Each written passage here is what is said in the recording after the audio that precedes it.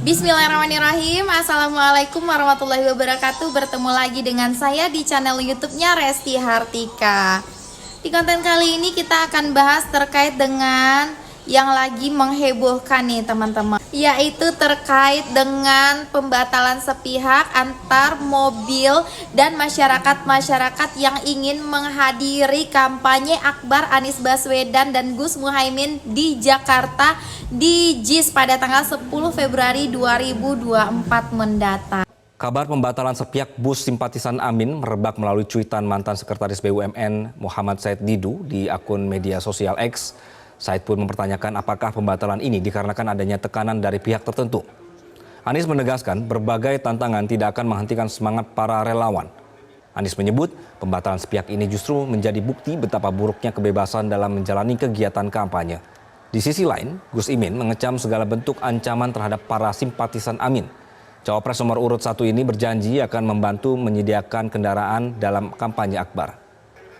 Kita ciptakan dalam kultur politik perguruan nasional. Iya, kami mendengar laporan-laporan tentang pembatalan sepihak atas bis-bis itu.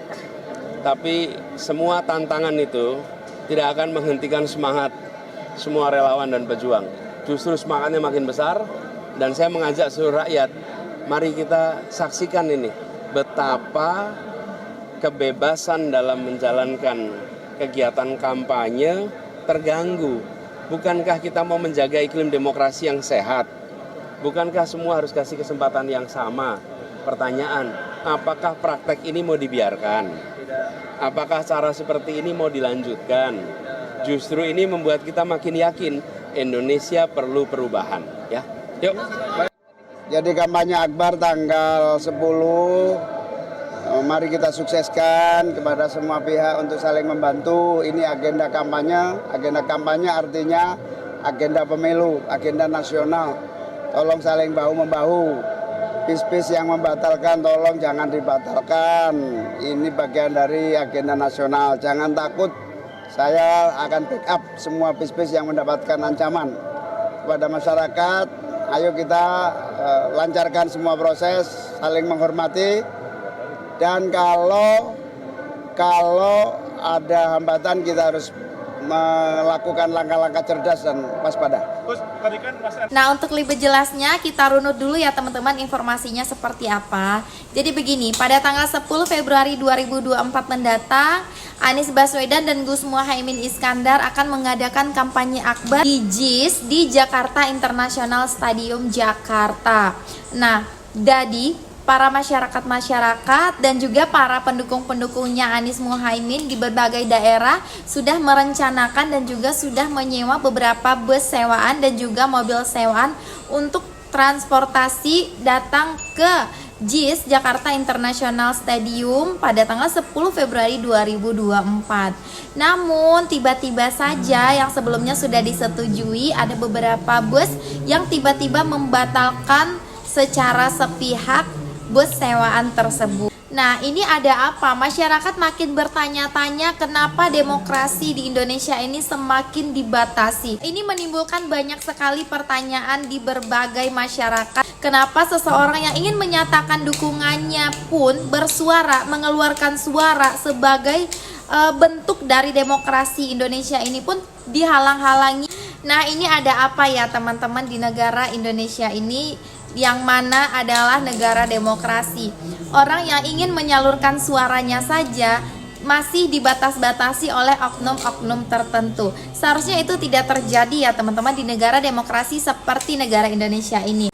Nah, negara Indonesia ini adalah negara demokrasi. Dengan mengeluarkan pendapat, dengan mengeluarkan suara saat pemilu itu adalah bentuk dari demokrasi di Indonesia ini seharusnya. Tapi jika seseorang untuk mengeluarkan pendapat, mengeluarkan suara saja dihalang-halangi. Nah, dengan kejadian ini sepertinya banyak rakyat Indonesia yang bertanya-tanya bagaimana sih sistem demokrasi di Indonesia ini. Nah, seharusnya di negara demokrasi, orang yang mengeluarkan pendapat, mengeluarkan dukungannya dalam pemilu itu adalah suatu hak dan bentuk dari pelaksanaan demokrasi di sebuah negara demokrasi. Tapi kenapa masih ada oknum-oknum yang masih menghalang-halangi seseorang untuk mengeluarkan aspirasinya, untuk menyatakan dukungannya pada saat pemilu ini? Nah, jadi marilah sama-sama kita ciptakan pemilu yang luber jurdil, yaitu pemilu bebas, rahasia, jujur, dan adil. Marilah kita sama-sama menghargai pendapat orang-orang yang mengeluarkan suaranya, mengeluarkan pendapatnya tentang pilihan presiden ataupun pilihan calegnya nanti. Kita sama-sama hidup di negara demokrasi Republik Indonesia. Oleh karena itu, marilah kita sama-sama menghargai pendapat orang-orang yang mengeluarkan suaranya, yang mengapresiasikan siapa pilihan presiden ataupun pilihan partai ataupun pilihan legislatif mereka. Di sini rakyat Indonesia banyak bertanya-tanya bagaimana sistem demokrasi di Indonesia ini. Karena orang yang ingin mengeluarkan pendapatnya, ingin mengeluarkan suaranya atas pilihannya saja masih dihalang-halangi dan masih dibatas-batasi. Indonesia adalah negara demokrasi, oleh karena itu mari kita sama-sama menghormati dan menghargai pendapat dan suara atas pilihan pemilu masing-masing rakyat Indonesia. Pada siapakah rakyat harus mengadu jika ada oknum-oknum seperti ini? Negara Indonesia adalah negara demokrasi, jadi menyatakan dukungan untuk pasangan calon presiden adalah salah satu bentuk dari pelaksanaan demokrasi. Pelaksanaan demokrasi di Indonesia dalam pemilu menganut azas luber jurdil, yaitu pemilu yang bebas, rahasia, jujur, dan adil. Bebas, di sini orang-orang masyarakat Indonesia bebas menyatakan dukungannya kepada pilihannya masing-masing. Jujur dan adil. Di sini rakyat Indonesia mendapatkan keadilan dalam fasilitas kampanye, dalam fasilitas bersuara, dalam menyalurkan aspirasinya. Tidak ada yang ini dihalangi, yang itu dibolehkan. Dukungan untuk pasangan ini dilancarkan, dukungan untuk pasangan ini dihambat. Nah, ada apa? Apakah ada pasangan-pasangan tertentu yang ketakutan sehingga pasangan yang ini dihambat, pasangan itu dilancarkan, pasangan ini dibolehkan, pasangan itu tidak dibolehkan? Apakah ada yang takut bersaing sebelum berperang? Nah, ini menjadi salah satu banyaknya pertanyaan-pertanyaan yang ada di masyarakat.